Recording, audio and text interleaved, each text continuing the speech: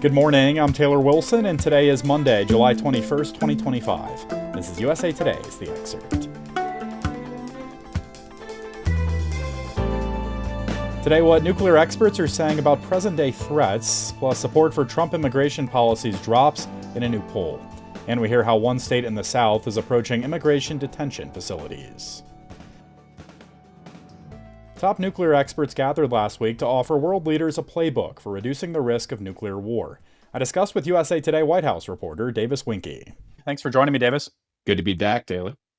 All right, just tell us a bit about this meeting of Nobel Prize winners and nuclear experts in Chicago. Why was this held? The threat of nuclear war keeps creeping higher and higher in recent years. So this year, to mark the 80th anniversary of the Trinity nuclear test near Los Alamos, New Mexico, this group of Nobel laureates assembled in Chicago and brought together nuclear policy experts, former government officials, diplomats, etc., to face down the challenges in reducing the risk of nuclear war right now, and to provide a declaration of policy recommendations that could help world leaders to reduce that risk. Well, Davis, in terms of what they functionally did here, it's clear many of them hammered home the point that international agreements are key to reducing some of the risk of nuclear war. Let's start with the Comprehensive Nuclear Test Ban Treaty. Can you help us understand what that is and how did this come up during these discussions? The CTBT, as it's known in nuclear circles, arose in the mid 1990s after a lot of leading nuclear powers agreed to stop nuclear testing. A handful of the world's countries have at least signed this treaty and have agreed to pause testing.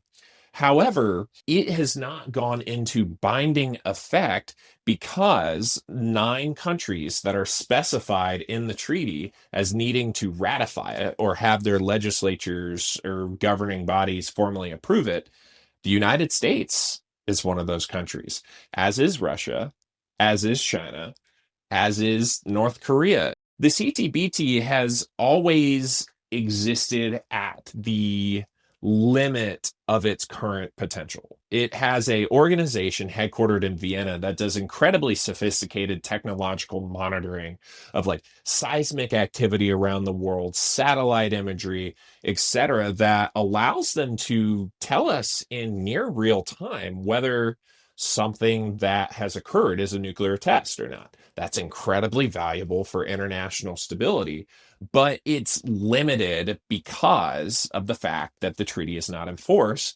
And now you have Russia, China, and the US potentially considering resuming explosive nuclear testing because they are not bound by this treaty because they've not ratified it. Well, shifting gears, AI is entering basically every facet of society at this point. Does it have a role in nuclear spaces, Davis? Taylor, you've touched on something very hotly debated in nuclear policy circles right now. What is the appropriate extent and areas in which that AI can be integrated?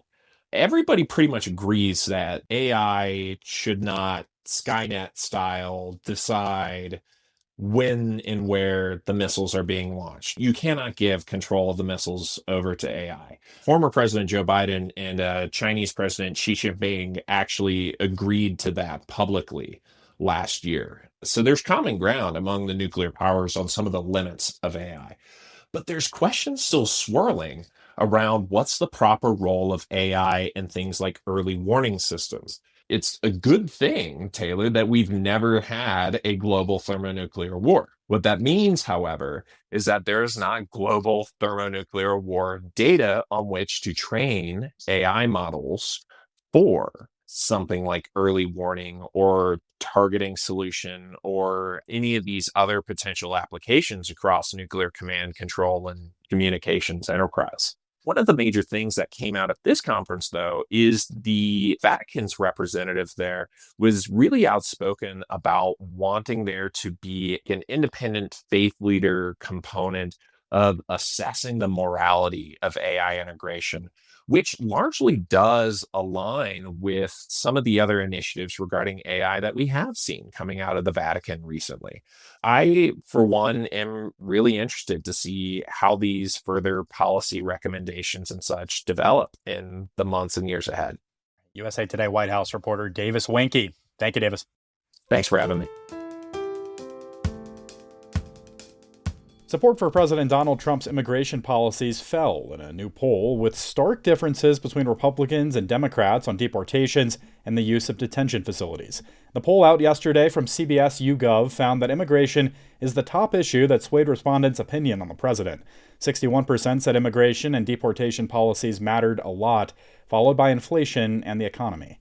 Overall, the poll puts Trump's approval rating at 42%, with disapproval at 58%. The survey previously found Trump's approval rating was 45% last month. In the latest CBS poll, 56% disapproved of the president's immigration stances, marking a 10-point drop from polling at the beginning of Trump's second term in February, the outlet reported. Support for Trump's immigration policies is split along party lines. Nearly all Republicans surveyed, 91%, say they approve of the president's deportation program. Among Democrats, 14% say they approve. You can read more with a link in today's show notes.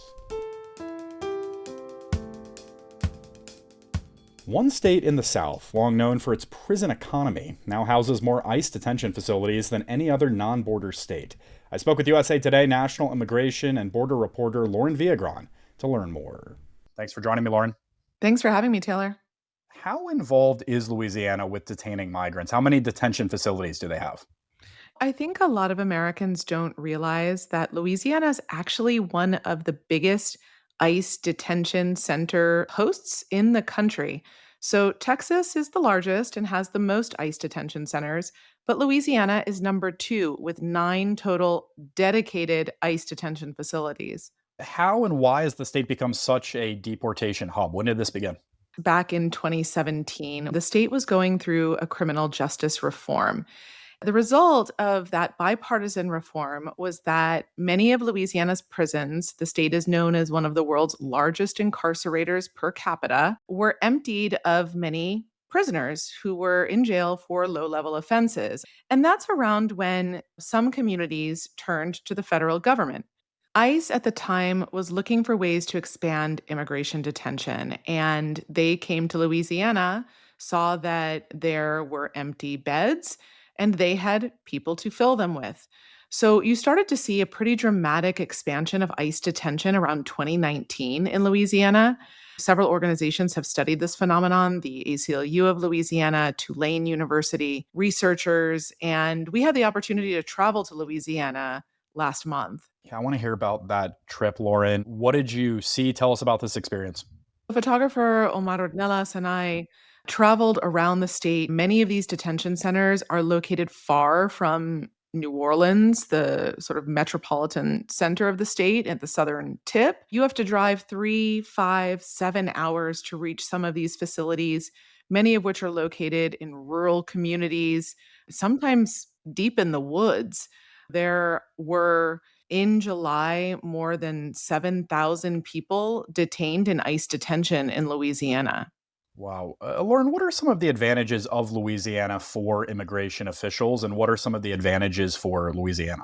As of this recording, DHS had not responded to multiple requests for comment from USA Today. We asked why DHS, why ICE went to Louisiana so far from the border, and we didn't get a response. Now, what we learned from community members, from immigration advocates who work in the area, is that Louisiana had a number of advantages. One, it had these empty jails and prisons, so there were facilities and infrastructure already available. There were members of the community who know how to do corrections work. And the immigration advocates will say there was another reason as well. Louisiana is located in the Fifth Circuit Court of Appeals. It's a circuit that has historically been very difficult for immigration advocates to win their cases. The immigration judges in Louisiana are considered some of the toughest in the nation. And in terms of some of those advantages for the state itself, you're hearing similar things on the ground there? Certainly for the smaller rural communities that had facilities that were an anchor to the economy, of course. The federal government offered to pay more than the state per bed per night. and a facility where you've got several hundred people working there when your community, is maybe population 4,000 or so is a pretty big deal. It was considered economic development. President Trump is increasingly leaning on Republican led states far from the US Mexico border to detain and deport immigrants, as you write. Are other states following Louisiana's lead as more federal funding moves to ICE detention? We saw Congress give ICE $45 billion for detention over the next 4 years. That quadruples the agency's annual budget currently. So we're going to see likely a huge expansion of immigration detention in this country. Well, we went through some of the apparent advantages for some of the players here. What do critics say about using these states to detain migrants in this way? What are some of the due process concerns and other worries? There's been a practice for a long time now that seems to have accelerated under the current administration of detaining people far from their families. Now, previously, immigration detention was often used for recent border crossers. For example, under the Biden administration and under the first Trump administration, you saw moves to detain asylum seekers at the border. People would cross the border and then be transferred to Louisiana. Now, as interior enforcement has ramped up, we're seeing people get picked up all over the country for immigration violations. But unlike local jails where folks might be taken into custody in their community, in this case, immigrants are being sent very far from their communities and their families. Some of the higher profile detainees that we've seen under the Trump administration, Mahmoud Khalil, the Columbia University student activist, Ksenia Petrova, the Harvard University researcher from Russia, they were removed from respectively New York and Boston and sent to Louisiana. All right, Lauren, great reporting work on this story. I found it really eye-opening. Lauren Villagrán covers the border and immigration for USA Today. Thanks, Lauren. Really appreciate it, Taylor. Thanks. Israel opened fire and killed dozens of Palestinians as they waited for UN aid trucks in northern Gaza yesterday, according to the Gaza Health Ministry, as Israel issued new evacuation orders for certain areas. There are continued starvation concerns in the enclave. Palestinian health officials said hundreds of people could soon die as hospitals were inundated with patients suffering from dizziness and exhaustion due to the scarcity of food and a collapse in aid deliveries. And Pope Leo called for an end to what he said was the barbarity of war as he spoke of his pain over an Israeli strike on the sole Catholic church in Gaza that killed 3 people on Thursday.